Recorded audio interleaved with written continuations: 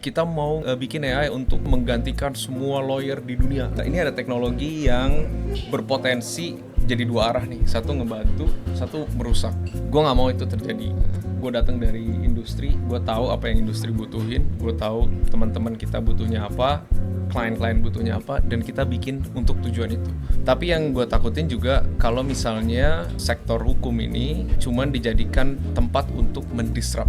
Itu keresahan gue waktu itu, dan gue bilang oke, gue harus jadi setidaknya sedikit orang dari bidang ini yang masuk ke dalam teknologi baru untuk setidaknya ada orang yang bikin AI tapi tujuannya bukan cuma buat disrupting just for the sake of disrupting. Gani itu ada disclaimer ya, kita nggak memberikan nasihat hukum.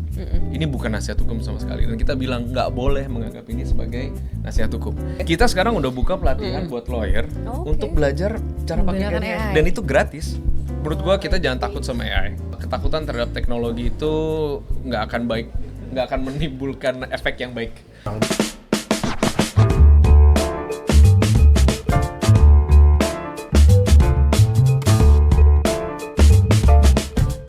Mulai dari bicara bareng Mas Bintang Hidayanto.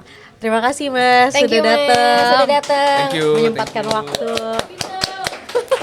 Perkenalin nih, aku Sonia. Aku Oci, ya. Nah, buat teman-teman Halo, bicara. Sonia dan Oci. Ya. Iya betul. Nah, buat teman-teman bicara, di sini kita akan membahas seputar AI, khususnya platform Gani AI.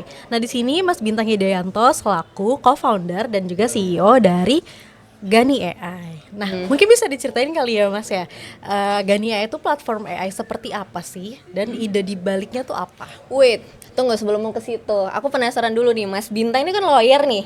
Oh Jangan iya lupa, ya. tuh kan, lupa. Managing partner nah, ya. ya kan, managing partner dari Mantan. Oh, mantan. Mantan, udah nggak lagi. Oh, kita kan tahu ya GHP itu gede banget gitu. Iya. Nah, oke.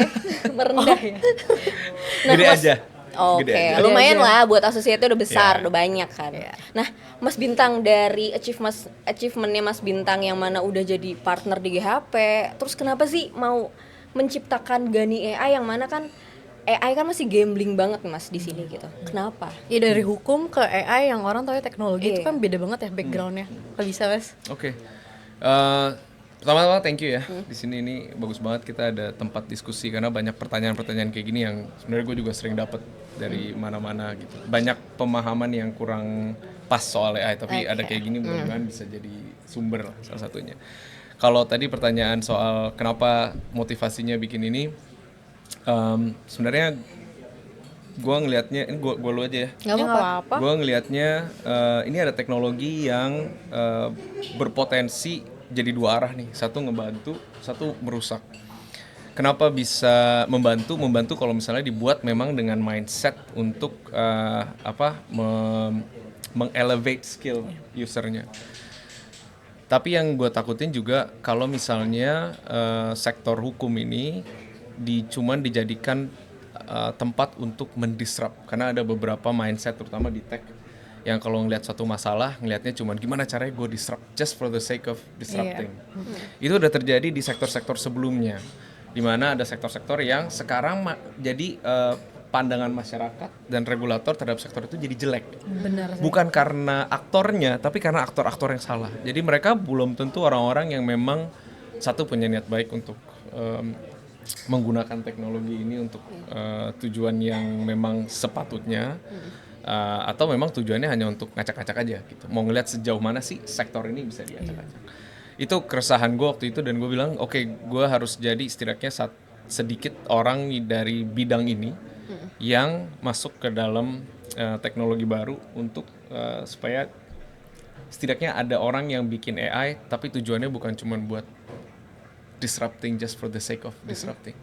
Karena gini, kalau cuma disrupting for the sake of disrupting, bilangnya gini, kita mau bikin AI untuk menggantikan semua lawyer di dunia. Iya, biasanya Kan gitu. bisa kayak gitu kan, Bisa. ada yang kayak gitu. Semua profesi bahkan ya. Iya, gue nggak mau itu terjadi. Gue datang dari industri, gue tahu apa yang industri butuhin, gue tahu teman-teman kita butuhnya apa, klien-klien butuhnya apa, dan kita bikin untuk tujuan itu. Bukan tujuan untuk menghancurkan, ngacak-ngacakin industri supaya jadi rusak aja, pengen lihat sejauh mana gitu. Itu sih tujuan utamanya sebenarnya. Lebih ke membantu profesi yang ada ya jatuhnya. Ya, membantu kita semua, dan ini ada alat yang menurut gue revolusioner, dan ini salah satu leap teknologi. Banyak yang nggak setuju, cuman gue ada alasan kenapa gue ngomong kayak gitu. Kalau ini nggak dimanfaatkan dengan baik, ya either kita ketinggalan atau kita jadi dapat alat yang jadi nggak bisa dimanfaatkan sesuai dengan Nggak berkualitas lah ya. potensinya. Nah Mas, sebenarnya kalau misalnya kita lihat lagi, Gani AI kan khusus buat hukum ya gitu. Nah apakah Gani AI ini ujungnya bisa menggantikan profesi paralegal ya kan? Sebenarnya kalau misalnya kita lihat lagi kan mengolah data gitu, sampai dengan analisis kan kerjaan yang lebih lanjut ya dari lawyering gitu ya. Bisa nggak sih di kemudian hari ini akan menggantikan paralegal? Kita nggak tahu ya. Menurut gue itu sangat spekulatif untuk bisa bilang ini menggantikan atau enggak. Tapi gini, yang udah pasti, yang namanya teknologi, apalagi teknologi yang membantu orang untuk menjadi lebih efisien, pasti ada impactnya ke sektor tersebut. Contohnya gini, dulu waktu belum ada komputer, mungkin ada profesi-profesi yang sekarang sudah nggak relevan. Misalnya, gue nggak tahu ya, misalnya yang siapin tinta buat mesin tik, servis mesin tik, ya kan? Ya sekarang kan yang tukang servis mesin tik udah nggak ada lagi. Tapi apakah itu berarti the end of everything? Kan nggak juga. Mereka akan beradaptasi. Iya. Untuk paralegal atau mungkin junior associate, apakah artinya ini mereka jadi obsolete? Menurut gua enggak. Justru ngelihatnya beda. Justru mereka jadi berpotensi lebih efisien, lebih powerful, dan lebih bisa ngelakuin hal-hal yang tadinya dianggap nggak bisa gitu. Jadi lebih terutama kalau ngomongin daya saing kita di luar ya, di kancah regional atau bahkan global. Kayak misalnya nih kemampuan berbahasa hukum gitu, yang tadinya cuman orang-orang yang mungkin dari kota-kota tertentu, yang kerja di law firm tertentu yang bisa tuh bikin drafting bahasa Inggris segala macam. Bukan karena mereka lebih pintar, tapi karena yang lebih sering terekspos aja. Sekarang semua orang bisa. Yang penting idenya, yang penting kreativitasnya. Soal bahasa itu udah bisa. Artinya kenapa? Memberikan chance bagi yang tadinya kehambat oleh keterbatasan itu, ada chance untuk bisa bersaing dengan yang lain. Gitu. Jadi apakah kegantikan? Menurut gua enggak, tapi malah paralegal dan junior associate harusnya jadi lebih hebat lagi sekarang dengan adanya tools ini. Jadi mereka nggak buang-buang waktu untuk translate lagi gitu ya mungkin? Ya gini, hal-hal yang tadinya memakan waktu banyak, effort banyak, itu sekarang bisa disimplify, bisa dipercepat. Satu orang yang tadinya cuma bisa handle 1 dokumen per hari misalnya, sekarang bisa handle 10-20 dokumen per hari tanpa harus jadi gila, tanpa harus begadang. Betul. Efeknya apa? Dia jadi lebih berharga, bisnisnya juga jadi lebih efisien. Nah kalau misalnya cara kerja Gani AI sendiri, nah kita tahu kemarin kita sempat podcast sama salah satu ahli AI juga yang beliau menyatakan bahwa memang AI ini kan based on bagaimana yang menciptakannya. Kalau misalnya memang datanya berkualitas, AI akan jadi bagus. Kalau misalnya enggak, akan jadi bobrok juga AI-nya gitu. Nah kalau misalnya Gani AI ini apa yang membedakan dengan AI yang lain? Jadi kalau ngomongin AI dulu nih sebelum masuk ke Gani AI, AI itu ada banyak branches-nya. Jadi AI itu sebenarnya hanya satu generalisasi istilah yang dalamnya tuh termasuk machine learning dan segala macam. Tapi AI sendiri tuh secara konsep udah ada lama. Kalau inget dulu pernah ada pecatur yang lawan robot ya? Komputer Garry Kasparov lawan mesin bikinannya IBM. Itu salah satu AI yang dia belajar pattern. Jadi dia bisa tahu pattern catur lawan manusia dan kemudian menang. Itu AI juga, itu udah lama. Ini yang sekarang nih yang Gen AI. Gen AI itu juga salah satu subset AI. AI lain tuh ada banyak. Jadi kalau ngomongin AI itu udah ada dari lumayan lama dan ada banyak. Dari Alan Turing lah ya. AI ya secara konsep ya sebenarnya itu kan AI itu kan simulasi kecerdasan tapi dilakukan oleh mesin, simulasi ya. Jadi bukan kecerdasan beneran, kecerdasan yang dibuat. Kalau Gani itu AI-nya subsetnya namanya generative AI. Generative AI itu apa? Generative AI itu sebenarnya kalau bayanginnya tuh text predictor. Text predictor, jadi Gani tuh bukan mengeluarkan jawaban karena dia paham atau dia pinter, tapi dia berdasarkan pattern kata-kata. Contohnya misalnya kalau misalnya ada kata mobil, setelah mobil biasanya di dalam data trainingnya itu keluar kata berikutnya apa?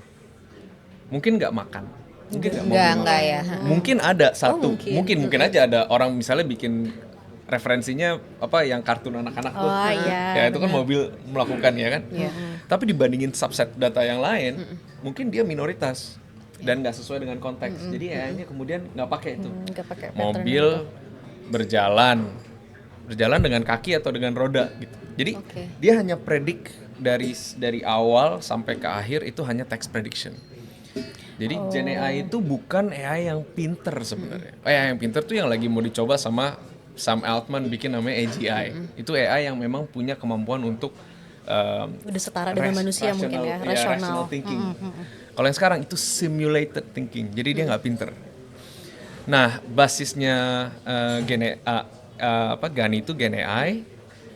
Gimana caranya Gani itu bisa ngejawab pertanyaan-pertanyaan hukum? Karena datanya, knowledge base-nya itu adalah peraturan-peraturan, kontrak-kontrak yang memang kita pakai sebagai dasar untuk Gani ini kemudian bisa milih kata dari satu ke Yang berikutnya. sudah pasti ya. Gitu. Jadi misalnya gini, kenapa Gani bisa bikin draft regulasi? Jadi kalau teman-teman ada yang punya akses ke Gani, lucu-lucuan iseng aja bikinin dong draft undang-undang atau perubahan undang-undang tentang ini. Terkaget ngeliatnya, kok bisa begini dari mulai preambul dan segala macam dibikin. Bukan Gani ngerti, tapi Gani belajar dari pattern dan konteks gitu. Agak lebih kompleks di dalamnya, cuman secara konsep begitu. Nah tadi yang soal istilahnya tuh garbage in, garbage out itu benar. Memang di banyak konsep machine learning itu ada istilah garbage in, garbage out. Artinya apa? Kalau misalnya yang masuk itu datanya nggak bagus, kayak tadi kan prediction, itu akan mempengaruhi si AI ini dalam mempredik konteks berikutnya. Jadi kalau misalnya knowledge base-nya ada 100 buku, 99 buku bilang atau 99 reference bilang kalau mobil tuh makan. Karena AI-nya nggak ngerti, AI-nya akan bilang mobil makan. Karena dia berdasarkan pattern aja. Gitu. Jadi isi dari knowledge base ini yang kemudian juga bisa menentukan kualitas dari outputnya. Berarti tergantung juga siapa yang nge-train gitu ya? Iya, pastinya. Makanya di kita untuk proses Gani ini kita melibatkan lawyer, kita melibatkan ahli hukum untuk bantu memverifikasi dan kemudian ada istilahnya human in the loop. Untuk proses ini kita tahu, karena AI nggak tahu mana benar mana salah.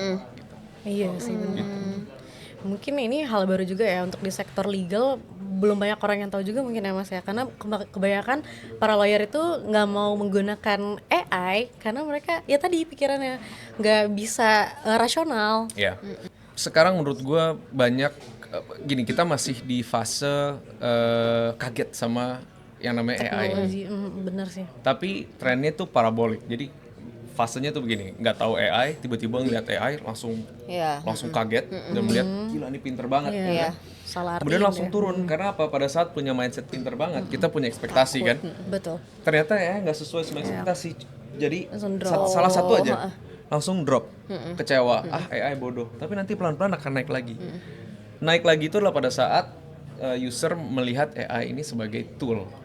Bukan sebagai manusia lain yang ada di ujung. Mungkin itu kali orang-orang tuh mikirnya AI ini kayaknya udah bisa menggantikan manusia, jadi di-challenge. Ada ketakutan juga sih Mas sebenarnya. Ada ketakutan dan ada distorsi dalam bias ya, bahwa orang itu lagi chat sama orang yang lebih ngerti dari dia. Jadi kalau misalnya Kayaknya jawabannya salah, orang yang terima user akan merasa kecewa. Iya padahal kan nggak Tapi ada kayak juga gitu. yang Padahal nggak epicnya begitu. ada yang nikah sama AI juga. Apakah mereka jadi gak sesuai ekspektasi gitu ya? Kalau itu mungkin ranah psikologi sama psikiatri ya. Orang yang nikah sama Jadi bantal gak juga ada. sepinter Kan? iya ekspektasi dia. Sedangkan kalau orang belakang layar kayak Mas Bintang ini kan menganggap AI itu kan bisa dilatih ya. Satu bisa dilatih dan memang kita jangan melihat AI ini sebagai teman ya atau equal dengan kita atau lebih Ya, parah itu sih lagi yang harus lebih pintar dilurusin. dari kita. Tapi nggak menutup kemungkinan akan bisa lebih pinter kan Mas? Nah ini balik mungkin ke definisi pintar itu apa ya? Iya. Gitu. Dulu Setara kali sama manusia. sekarang gini, kalau misalnya gue ngelihat dulu nih sebelum ada AI, pintar itu bisa dua, either tahu banyak atau hafal banyak. Yang unfortunately sistem pendidikan mayoritas di dunia ini masih berdasar kepada kemampuan menjawab soal tanpa melihat referensi kan. Jadi ngapal atau kemampuan untuk menganalisa Iya. atau berpikir kritis. Agak rabun dulu. Tapi kalau sekarang dengan adanya AI yang cuman knowledge doang nih, yang cuman apal doang, mungkin akan hilang value-nya. Akan sedikit berkurang value-nya. Jadi kecerdasan itu udah bukan cuman sekedar tahu banyak. Dulu orang tahu banyak bisa dianggap pintar. Pintar. Padahal belum tentu ya. Sekarang nggak usah tahu banyak, tinggal tanya aja. Udah tahu referensinya, lagi. kemudian informasi ini mau Betul, diapain. iya. Itu masuk ke intelligence yang kedua. Ini juga sekarang menurut gue AI jadi memberikan semacam shock therapy ke dunia pendidikan dan filosofi pendidikan. Sebenarnya yang dimaksud dengan bikin orang pinter tuh gimana sih? Atau Nggak justru sekedar sebaliknya. ngapal atau enggak? Karena sekarang udah nggak perlu ngapal nih, Iya. udah nggak Iya, perlu tahu, benar. gitu kan? Gue ada istilah namanya epistemic equality, di mana ekualitas terhadap knowledge itu jadi sama. Misalnya lu lawyer kan, Iya. berapa tahun practice? 7 tahun. 7 tahun, gue 15 tahun. Pasti ada hal-hal yang gue lebih tahu dari lu. Iya. Tapi dengan adanya AI, lu bisa Setara. keep up. Iya. Iya kan? Gue ngomong-ngomong soal hal yang lu belum pernah dengar pun, lu nggak akan Iya. keren banget nih. Karena lu tinggal Iya, tanya searching ke aja. AI dan lu bisa belajar langsung, lu bisa lawan keep gue. up lah. Jadi apakah tadi pertanyaannya terakhir tuh apa? Apakah dapat sama dengan Iya. manusia Lebih kepintarannya? pintar. Tahu banyak iya. Iya. Tahu banyak, Oke. lebih tahu iya. Karena itu jadi akses untuk knowledge. Iya. Tapi untuk lebih pintar gue nggak yakin. Gampang kok caranya untuk bikin AI jadi kikuk dan jadi rusak, jadi hancur, jawabannya ngaco. Itu gampang. Tanya pertanyaan matematika dasar aja, jawabannya suka nggak konsisten.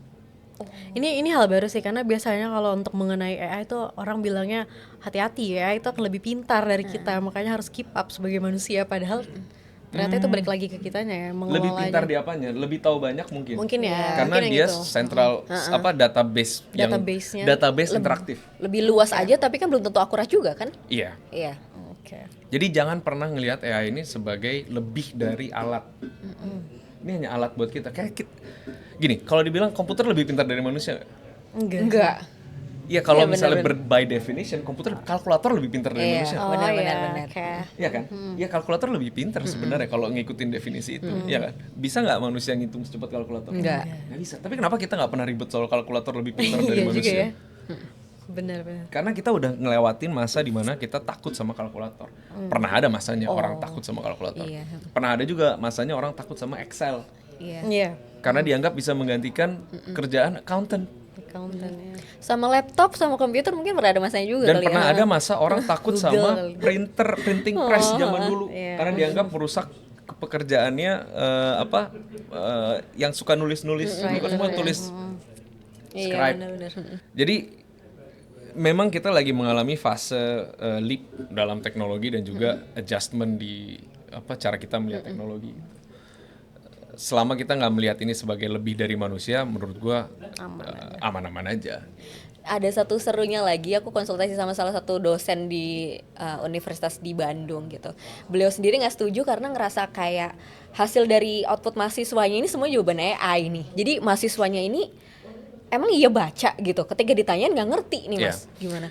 Ini yang gue bilang lagi ada sistem shock di dunia pendidikan kita. Karena pendidikan kita selama ini ini nggak cuma Indonesia ya, lebih gini, sistem pendidikan kita tuh belum berubah dari ratusan tahun pertama kali adanya yang namanya konsep sekolah.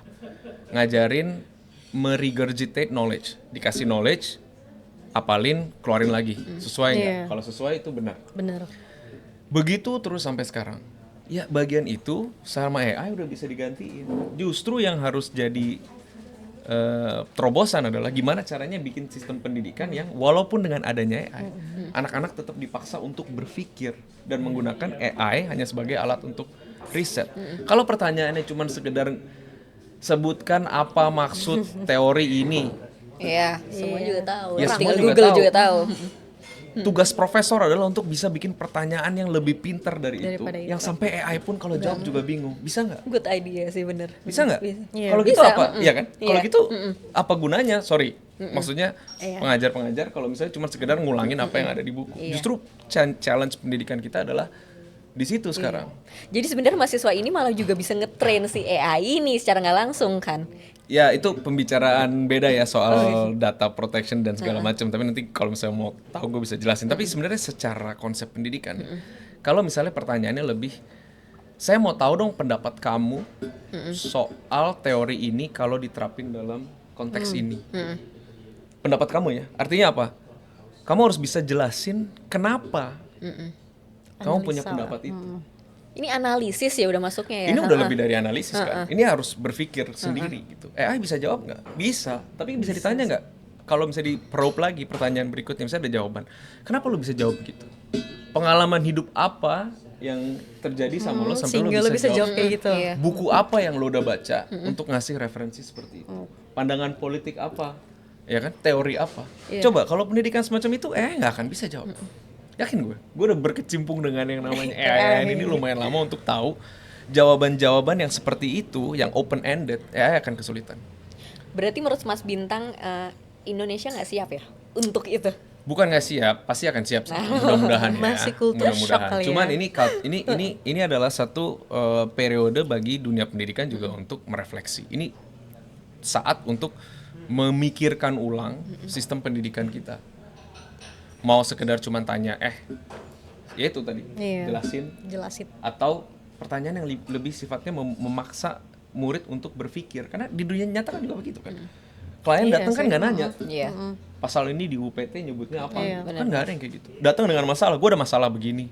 Pendapatnya apa? Gimana? Iya, bukan Jalan cuma keluar pendapat, gimana? beresin. Iya, beresin. Gitu kan. Bener. Kenapa nggak seperti itu? Gitu sih. Itu AI belum tentu bisa. Kita kan suka pakai aplikasi itu. Iya, kamu Gen Z kan. Kamu suka pakai aplikasi yang suka masukin foto-foto atau data pribadi. yang Nih orang-orang kan lagi banyak nggak ngerti nih happening Mas lah. tentang resikonya Iya, kayak resiko. gitu. Kita nggak sadar bahwa kita tuh udah memasukkan data pribadi kita, privasi kita. Coba. Nah, kadang foto kita, foto keluarga kita diedit-edit. Mas Bintang kan kemarin ngeliat tuh kayak anggota DPR gitu, diedit-edit semuanya kayak gitu. Nah, sedangkan kita sendiri nggak sadar bahwa ternyata ini foto kita tuh akan dikemanain sih sama si AI ini gitu. Ya. Itu gimana sih Mas? Keamanannya. Proteksinya, iya. Masa jauh-jauh AI. Platform sosial media juga emang kita Iya juga sih. Iya bener juga, nggak kepikir panjang ya. Iya, medsos ya. gini, dulu orang kalau ngelihat sebelum ada sosial media, ngelihat foto keluarga tuh kayaknya atau foto pribadi tuh kayak tabu gitu kan. Ya sekarang orang setiap kali foto di post. Iya benar. Ya kan? Ya kalau ada yang close atau yang second account, third account, fourth account. Tapi kan ada juga yang public, semua orang bisa lihat. Benar. Gen Z sen. Ya nggak cuma Gen Z, semua age group dengan penggunaan yang berbeda-beda gitu kan. Tapi kan intinya kita secara pribadi juga sudah mulai melupakan tuh yang namanya privacy atau definisi kita terhadap privacy itu udah semakin longgar gitu. Nah sekarang pertanyaan sebenarnya bukan lebih ke privacy, tapi kita tahu nggak nih yang kayak tadi lo tanya, resikonya kalau foto kita tuh berkeliaran di mana-mana gitu. Karena gue gampang banget bisa bikin, dan ini app yang gampang banget ada gratisan, bikin video gue lagi nyanyi lagu India di Iya. saat di gunung sama di pasir pindah-pindah gitu kan. Iya. Bikin film tanpa gua tahu itu bisa. Perlindungannya gimana? Nah, memang ini balik lagi ke regulasi. Unfortunately ngomongin yang bosen-bosen lagi. Tapi memang kalau ngomongin soal itu tadi dulu udah pernah ada pembahasan soal deepfake. Itu salah satu Cybercrime. ya bentuknya itu ya. Cuman memang pembahasan itu tuh nggak pernah secara holistik dibahas oleh negara-negara, oleh banyak negara, karena dianggap tuh isu-isu yang nggak jelas lah kecil-kecil. Belakangan ini baru mulai ada awareness bahwa ini berbahaya karena ada efek politik juga, ada efek kestabilan nasional, ada efek yang jauh lebih dari sekedar orang iseng doang gitu kan, provokasi bisa jatuhnya dilakukan. provokasi sih. Sekarang udah di tahap yang kadang kita nggak tahu ini video tuh beneran atau enggak sih gitu, beneran nggak tahu. Iya. Dan nyebar di TikTok semua juga kita jadi harus ngamatin dulu ya, ini beneran gak sih gitu. Betul, dan bayangin sorry ya, ada age group yang memang lebih susceptible lagi terhadap digital recreation atau digital fraud. Foto editan jelek aja percaya di share, lihatlah ini, Iya, bener. ya kan? Iya. Ngelihat ada yang lucu tuh, ngelihat apa namanya sepeda gede, sepeda Nabi Adam. Percaya gitu. Lah ini gimana video yang hyper realistis, suaranya nggak beda, ngomongnya sama, ada orang-orang ya. Itu pasti akan ada efeknya. Nah, sekarang ini udah masuk ke ranah regulator. Gimana cara regulator bisa menjaga supaya ini ada satu cara untuk mencegah, dan dua kalaupun nggak bisa dicegah, cara untuk memberikan efek jerak ya, ngejar. Tapi nggak gampang juga, ini transnasional. Karena kan terjadi di web. Kalau di Indonesia doang gampang, UITE masih bisa. Cuman kalau dari negara lain mau apa gitu. Jadi ini PR bersama gitu. Ini konsep yang lagi dibahas di beberapa negara, tapi belum secara concerted dan pasti akan butuh waktu. Ya sampai ke sana, sampai tiba masanya, mungkin lebih baik kita hati-hati juga. Ya Instagram ya private aja lah. Mas, sorry, kalau di Gani AI sendiri dia tuh bisa mencegah nggak sih Mas mengenai cybercrime gitu? Misalkan ada yang, misalkan contoh ada pengguna yang mau bikin deepfake gitu. Oh bisa, karena kita spesifik cuman bisa ngejawab pertanyaan-pertanyaan yang terkait sama regulasi. Atau regulasi yang negatif gitu, kayak ya narasi-narasi negatif Ya, gitu. memang salah satu bahayanya Gani adalah karena dia tahu semua regulasi, dia tahu hukum, jadi orang kalau mau nanya cara melanggar hukum juga harusnya Dijawab bisa, sama kan? dia. Enggak, Oke. tapi Iya, kita itu ada maksud aku, kita kayak ada. apakah bisa orang tuh mencari celah Iya. lewat situ? Sejauh ini kita udah terapkan namanya guardrail yang lumayan keras untuk mencegah jangan sampai Gani Itu. dipakai untuk upaya-upaya melanggar hukum. Gimana caranya biar gua nggak bayar pajak? Nah, ya. Iya. Gimana caranya bisa Contohnya nyelundupin seperti narkoba itu. gitu. Iya. Nah, Gua Kan kita nggak tahu ya Mas, Iya. ya orang-orang yang niatnya kayak gitu kan Ya, iya ada loh. aja kan Pasti. Pasti. Ya kita terus memperbaiki. Kadang kita mengundang juga buat, mungkin kalau teman-teman di sini ada yang make, kalau misalnya nemu instance di mana guardrailnya bocor, ini bisa nih, ditanya pertanyaan itu, please kontak aja langsung kita. Ini sama-sama kita belajar untuk membuat AI itu lebih baik lah gitu. Tapi secara umum seharusnya sih nggak bisa. Nah, seharusnya enggak ya. Di Indonesia sendiri nih kemajuan dari AI, contohnya di anggota DPR itu rencananya akan menggunakan AI untuk efisiensi, transparansi, dan juga modernisasi legislatif. Ada desas-desusnya ini tuh akan menjadi potensi efisiensi anggaran bisa mencapai sekitar 30% per tahun. bahkan masyarakat juga ada yang bilang ganti anggota DPR pakai AI gitu. Ada Kedua lagi ada nih. Mahkamah Agung juga akan gunakan AI dalam penentuan majelis hakim. Kalau di luar negeri sih udah terlalu jomplang banget ya. Ini di Cina udah ada namanya AI judges. Mas tahu ya Mas? Udah tahu pasti Udah ya? tahu ya. Pasti. udah. Wah itu gila banget sih ini Iya. kemajuannya. Mungkin gue komenin yang DPR dulu Iya. ya. Boleh. Legislasi. Menurut gue kenapa enggak? Sekali lagi mindsetnya tapi harus bener. Ini adalah alat. Bukan para anggota dewan kemudian ngelihat jawaban AI terus bilang, oh ini pinter banget ya kita pakai. Tapi alat untuk apa? Alat untuk drafting. Drafting itu suatu proses yang sangat makan waktu karena pemilihan kata apa segala macam grammar itu tuh bisa panjang. Secara nggak penting sebenarnya. Generative AI itu istilahnya large language model. Kemampuan terbesar dia adalah kemampuan bahasa. Ya pakailah. Kasih aja idenya, gue mau pasal yang intinya ngatur supaya X, buatin dong. Udah jadi, pakai itu. Itu bisa memakan waktu, bisa memotong menghemat. waktu proses yang sangat banyak. Mungkin puluhan, belasan rapat di luar kota itu bisa Nih, hilang. biasanya kan kalau misalnya pembuatan undang-undang itu kan melibatkan ahli, ya kan, Iya, dari buat dosen segala RUU-nya. macam. Apa kayak bisa menggantikan peran posisi ahli itu, Mas? Enggak. Enggak. Karena itu, kalau sampai menggantikan, tandanya kita sendiri yang membodohkan diri kita di depan Iya. alat gitu kan. Kita pakai AI untuk bikin produk. Kemudian ahli ini datang dan bilang, ini udah bener atau enggak. Anggota dewan juga menggunakan mandatnya dan juga keahliannya untuk melihat ini sebenarnya sesuai sama kebutuhan konstituen kita enggak.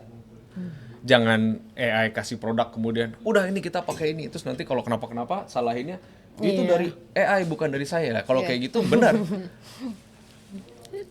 Konstituennya milihnya ya AI aja nggak usah Makanya milih pakai AI manusia. kan juga harus berkualitas tergantung kita bisa pakai atau enggak kan, Mas? Tergantung bisa pakai. Capable enggak anggota DPR?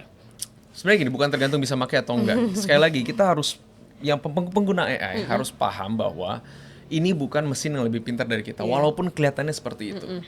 Jadi jangan pernah ngerasa output dari AI itu akan lebih baik daripada kita atau lebih pintar. Itu hanya suggestion aja satu. Terus kedua, tadi pertanyaan yang ini ya, yang seru ya. Udah cukup bisa belum anggota DPR? Memang untuk menggunakan teknologi seperti AI itu juga perlu belajar. Pakai Microsoft Word aja harus belajar, ya kan? Ya, gue nggak tahu yang namanya manusia datang dari berbagai macam latar belakang dan sudut pandang. Mungkin nggak semua selevel dalam kemampuannya menggunakan teknologi atau berinteraksi dengan AI. Jadi salah satu yang ini bagus sebetulnya. Salah satu menurut gue syarat di mana AI itu bisa digunakan adalah ketika udah ada base level setidaknya penggunaan teknologi tersebut. Jadi kalau kurang ya diajarin dulu. Jadi Gani AI membuka pelatihan anggota DPR untuk bisa menggunakan AI nanti selanjutnya nih. Boleh banget. Kita sekarang udah buka pelatihan buat lawyer untuk belajar cara pakai Gani AI. Dan itu gratis. Oh, gratis? Gratis. Aku baru tahu nih. Di mana Boleh. itu? Boleh dong kita ikut Mas Gini, nanti. itunya ada di LinkedIn gue. Cek aja, tulis nama di LinkedIn, follow ada di yang terakhir baru tertera kita. Tinggal DM di LinkedIn atau email di hello@gani. Nanti kita kasih kalender, pilih. Nanti kita ajarin cara pakai Gani untuk lawyer tuh seperti apa, gratis. Ya kalau misalnya dari DPR mau belajar cara pakai Gani untuk keperluan penulisan draft, kenapa enggak? Kita dengan senang hati.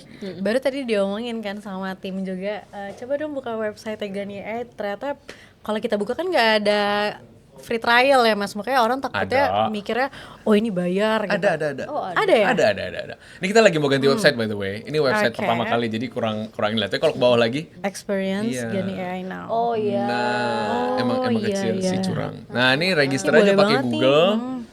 Terus udah langsung pakai. Ini untuk praktisi hukum mungkin Kalau bisa pakai coba Gani AI nih. berarti kita pasti data kita nggak kemana-mana kan, Mas?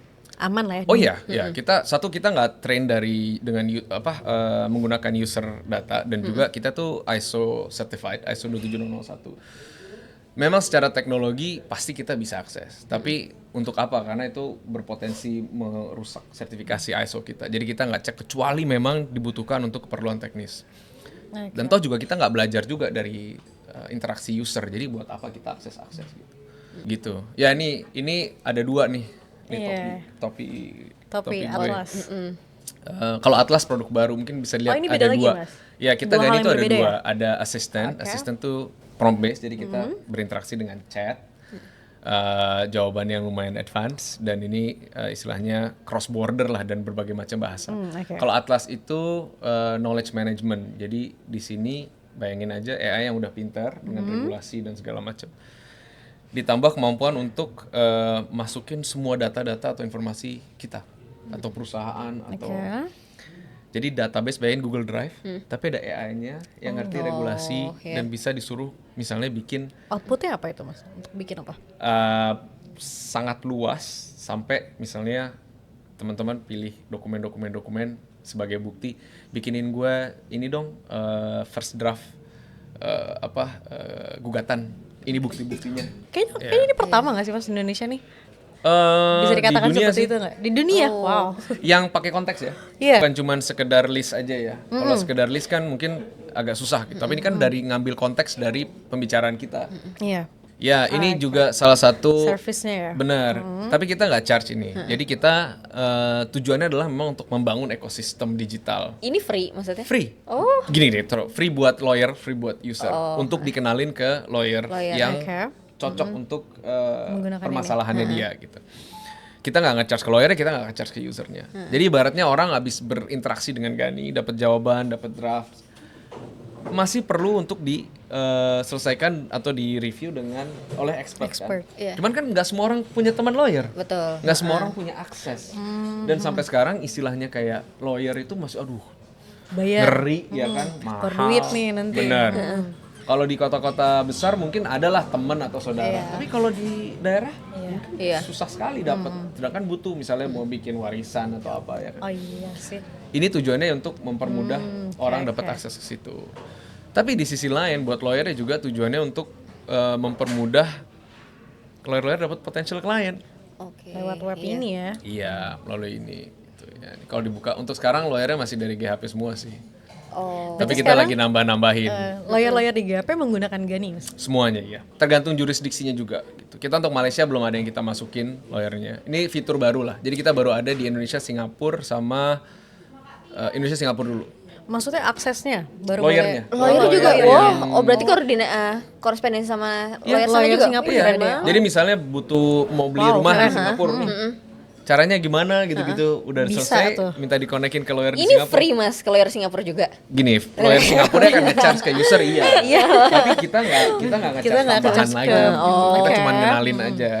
Oke. Iya, Tapi bagus akan banget. lebih Keren banget ini akan lebih gampang untuk dapat lawyer yang lebih cocok dibanding cuma sekedar Google. Mungkin Iya, soalnya ngajarin simplify-nya lebih ke ini udah expert untuk di sektor Ya kayak legal. misalnya gini nih, ini kan working visa di Singapura. Ini dikasih jawabannya berdasarkan ada dasar hukumnya di bold yang mana aja. Iya, oke. Elaborasinya juga formal gitu ya. Dan juga nggak sembarangan cuma nyebut. Misalnya jawabannya kayak gimana caranya dapat visa di Singapura. Kita harus berkelakuan baik gitu. Karena kan ya nggak gitu juga. Ini lebih ke prosedurnya seperti apa, berapa hari dan segala macam. Nah ini udah ketemu nih lawyer-lawyer di Singapura yang memang bisa langsung membantu. Ya. Menawarkan ya.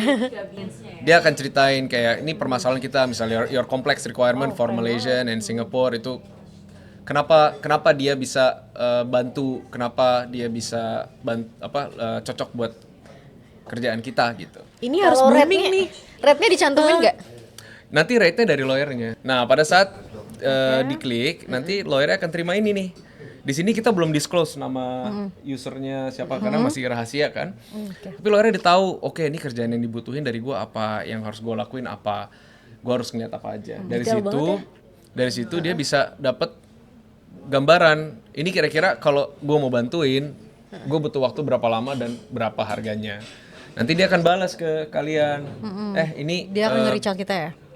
nanti dari Gani akan kasih tahu lawyernya balas nih. Dia bilang ini untuk proses visa ini dia akan nge-charge sekian gitu. Lo mau nggak? Kalau lo nggak mau ya udah nggak apa-apa. Kalau mau baru Gani kenalin. By the way, lo kan nyari lawyer tadi. Ini ada yang bisa bantuin ya namanya ini gitu. Selanjutnya terserah Anda. Ini ada yang penting lagi misalnya kan dari teman-teman kan nggak semuanya cocok dengan rate-nya ya. Bisa nggak sih? Oke, kalau misalnya budget saya sekian gitu, bisa nggak sih? Bisa. Kan tadi ada komen ya bilang aja budget saya cuma sekian gitu. Gitu. Kita ada kuota untuk masing-masing expertise. Kita nggak mau terlalu banyak juga dan kita mau jaga kualitas ya. Kualitasnya. Jadi kita nggak sembarangan masukin. Kita tapi terbuka siapapun kalau mau masuk ke kita di Coba website apply. kita ada kok kemana kontaknya kalau misalnya lawyer yang mau bergabung. Oke. Namanya Partner Connect. Masuk inquiry kasih aja namanya siapa. Nanti kita akan kontak. Gitu. Dari situ nanti kita akan ini manual sih verifikasinya kita akan kalau kenal ya masuk langsung tapi kalau misalnya nggak kenalan dulu tahu expertise-nya apa kita mau menjaga kualitasnya juga. Ya setuju sih memang harus seperti itu sih. Cuman memang ya langsung buka aja untuk bisa mengakses ini kan lawyernya juga harus subscribe Gani juga. Iya. karena ada di sini gitu. Jadi ya paling syaratnya itu aja sih. Ini Mas kalau misalnya kayak gitu kan biasanya kita kalau lawyer kan kalau misalnya dia salah yang disalahin lawyernya nih. Kalau misalnya ayah salah mungkin nggak Tetap potensinya. disalahin, tetap salah lawyernya. Terus salah lawyer. Gani kan nggak pernah disumpah. Oh gitu. Apa Ya, bedanya itu Gani sama pertanyaannya Google? kalau- Satu. Terus kedua, ya Gani itu ada disclaimer ya. Kita nggak memberikan nasihat hukum. Ini bukan nasihat hukum sama sekali. Dan kita bilang nggak boleh menganggap ini sebagai nasihat hukum. Ini diskusi yang ya at some point akan banyak yang mengangkat nih ya. Karena ada istilah kan if it smells like orange, if it looks like orange, it's orange gitu.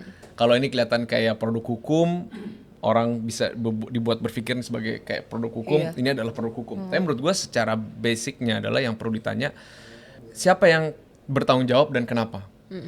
Kalau misalnya dibilang, oh semua produk teknologi itu bertanggung jawab ya kalau kayak gitu orang ngetik pakai Microsoft Word.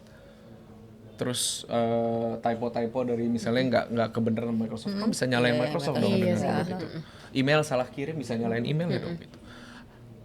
Inilah bagian dimana menurut gue lawyer itu nggak akan pernah bisa digantikan karena ada unsur akuntabilitas pribadi. Itu kenapa lawyer itu disumpah. Ya, karena apa yang kita buat itu produknya itu adalah produk yang bertanggungjawabkan ke manusia dan ke Tuhan gitu kan. Betul.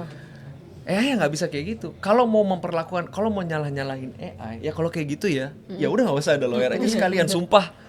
Ya kita main fair aja. Ya udah mau nyalain AI. Kalau gitu, kalau AI-nya bisa lulus tes Oke. bar exam, sumpah lah AI jadi lawyer beneran gitu. Ini ada kaitannya juga sama hakim juga kan berarti kan. Iya. Misalnya di China berarti udah menjadi hakim, Mas berarti setuju nggak?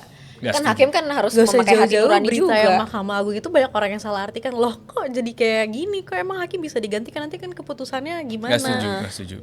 Tapi Gua- enggak kok Mas. Iya, tapi menurut gue hakim itu tugasnya lebih dari cuman sekedar nentuin orang salah atau enggak, tapi mengaplikasikan norma hukum Iya. dan juga apa yang berlaku di masyarakat terhadap satu masalah gitu.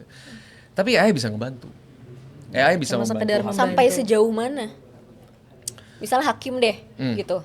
Hakim ya di Cina itu sampai sejauh mana menurut Mas Bintang AI itu dapat berperan, tapi untuk decision makernya kayak nggak mungkin kan untuk salah atau enggaknya gitu. Mungkin sebagai perbandingan misalnya untuk diskusi-diskusi yang sifatnya teoritis, gitu. Mungkin kan hakim nggak selamanya pernah baca buku semua yang relevan, atau subject matter yang sifatnya teknis. Memang butuh ahli, tapi kadang-kadang hakim juga punya pasti ada keterbatasan lah, nggak mungkin semua orang ngerti. Ini kasus yang spesifik misalnya, dan ternyata hakimnya baru pertama kali nih dengerin kasus ini misalnya. Ya bisa pakai AI, karena AI punya knowledge di situ. Tanya, ini bener nggak sih kayak begini? Jadi akses terhadap knowledge itu bisa membantu. Itu salah satu cara bisa membantu. Kemarin soalnya kita sempet takut ya, gimana kalau misalnya AI buat pertimbangan gitu, tapi kan berarti Iya. udah diarahin gitu sama Tapi AI. kalau yang di Cina itu dia sampai pertimbangan hakim Mas. Gini, kalau misalnya memang dipakai seperti itu nggak apa-apa selama tanggung jawabnya tetap pada si manusia. Iya, Berani keputusannya ya. nggak bertanggung jawab pribadi atas produk yang nggak dia buat. Kita aja kalau misalnya dibuat sama, misalnya ada tim yang ngebuat kirim ke kita, masa kita langsung kirim juga kan enggak? Iya enggak. Kita baca juga. Kenapa sekarang kalau AI lo ini lebih ngaco Karena lagi? dianggap lebih pinter soalnya. Itu kita menjatuhkan harkat martabat kita sebagai manusia di depan engine. Menurut gua kita jangan takut sama AI. Oke. Itu adalah suatu mindset yang salah ya. Ketakutan terhadap teknologi itu nggak akan menimbulkan efek yang baik. Mencegah atau nggak mau belajar menggunakan teknologi itu nggak akan baik. Gue melihat pattern teknologi yang menghasilkan leapfrog. Itu adalah teknologi yang mempermudah hidup manusia. Intinya apa? Yang buat orang jadi lebih malas. Lebih efisien, lebih malas gitu ya. Manusia itu kalau udah ngerasain lebih enak, masa iya mau balik lebih susah? Iya. Ya kan? Udah bisa nih pakai AI. Udah lebih gampang lah Udah jadi lebih gampang. kerjaan. Terus tiba-tiba nggak mau pakai lagi. Menurut gua chance-nya kecil. Iya. Artinya apa? AI is here to stay. Terutama Gen AI. Tinggal kita mau nungguin kapan nih, mau sekarang atau nanti. Ya eventually semua orang akan menggunakan mengadopsi. sih ya. Gue yakin dulu pas pertama-tama roda diciptakan pasti ada juga yang komplain. Roda ini nggak efisien, lebih baik manusia gitu. Karena roda bisa rusak. Pasti semua. Listrik pas diciptakan juga pasti ada yang komplain. Setiap ada leapfrog teknologi pasti ada yang komplain. Tapi akhirnya apa? Ya mereka kalah kan. Jangan jadi rombongan yang kalah. Ini ada satu teknologi mumpung masih baru yang bisa ngasih edge ke kita untuk bersaing. Peluang ya. Peluang dan juga peluang yang lebih tinggi. Kenapa nggak dimanfaatin? Tapi itu jangan juga menganggap AI lebih pintar dari kita. Karena the moment kita melakukan itu, ya kita ibaratnya mengakui bahwa kita bodoh, satu, dan dua, kita jadi salah kaprah dalam penggunaan AI ini. Ini kita masih dalam proses belajar lah ya.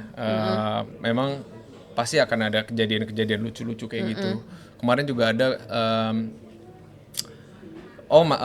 jurnalis nulis berita di koran, terus bawahnya masih ada Generated by AI itu. mending itu kayak do you want me to make this more Astaga. masuk di koran. Ada gitu, di Pakistan. Banyak juga lah yang cerita lawyer pakai kasus-kasus dari AI juga banyak gitu. Terus ada kejadian kemarin salah satu consulting firm besar itu kena denda atau kenapa ya? Kena denda atau kliennya minta bayar karena mereka nge-charge satu report yang sangat mahal tapi ternyata ketahuan itu dibikin AI semuanya. Gitu. Oke. Terus ada juga kejadian orang mesen lagu, Di itu kan dituntut kan karena Iya. lagunya buatan AI. lagunya ternyata. buatan AI, pas disuruh main live Nggak nggak bisa. Seru banget. Iya. Ada aja. Iya. Tapi karena masalah-masalah kayak gini kemarin itu ada berita juga bahwa salah satu AI itu tidak diperbolehkan lagi untuk memberikan nasihat hukum, kesehatan dan juga nasihat keuangan. Ya dia sebenarnya statementnya dia akan lebih memperketat. Memperketat, Ya, supaya membatasi dia ya. dan lebih ke mungkin potential liability ya. Tapi kalau menurut gua dari awal juga memang nggak ada AI yang memberikan nasihat hukum dan kedokteran. Kalau misalnya AI bisa memberikan nasihat hukum dan dokteran, benar, buat apa adanya lawyer sama dokter? Tapi kan that's Iya not sih. what we want to get kan. AI itu adalah memberikan akses ke knowledge. Kalau kayak gitu misalnya, kalau kayak gitu, Iya. ya buku-buku juga bisa menggantikan. Iya benar. Iya sih benar sih. Pekerjaan. Kalau AI kira-kira bisa menggantikan ini nggak? Kalau misalnya lawyer, kalau misalnya nasihat hukum, oke lah kan ada butuh analisis. Tapi kalau misalnya managing partner itu kan lebih ke manajemen dari kantor. Mungkin nggak sih mas? Bisa Digantiin? membantu, bisa membantu. Atau menggantikan bisa nggak? Menurut gue menggantikan nggak bisa karena salah satu peran managing partner itu kan untuk ngurusin manusia. Ya gimana caranya bisa AI ini ngurusin manusia, Manusia ya. Dan ada hal-hal yang sifatnya proaktif juga nggak bisa lah. Nggak bisa. Menurut gue nggak bisa. Nah ini sebenarnya pembelajaran banget sih bahwa memang profesi apapun itu boleh saja menggunakan AI asal balik lagi ke penggunanya masing-masing memang harus sebijak mungkin ya mas ya. Nah Mas Bintan dari tadi kan kita bincang terus nih, kita cobain dulu kali ya. Ini hidangan dari 7 Hari Coffee di Grand Wijaya. Kita coba dulu. Kita cobain. Shout out Beda untuk banget ya 7 hari. perbedaan umur ya ini satu kopi hitam satu green. Maca.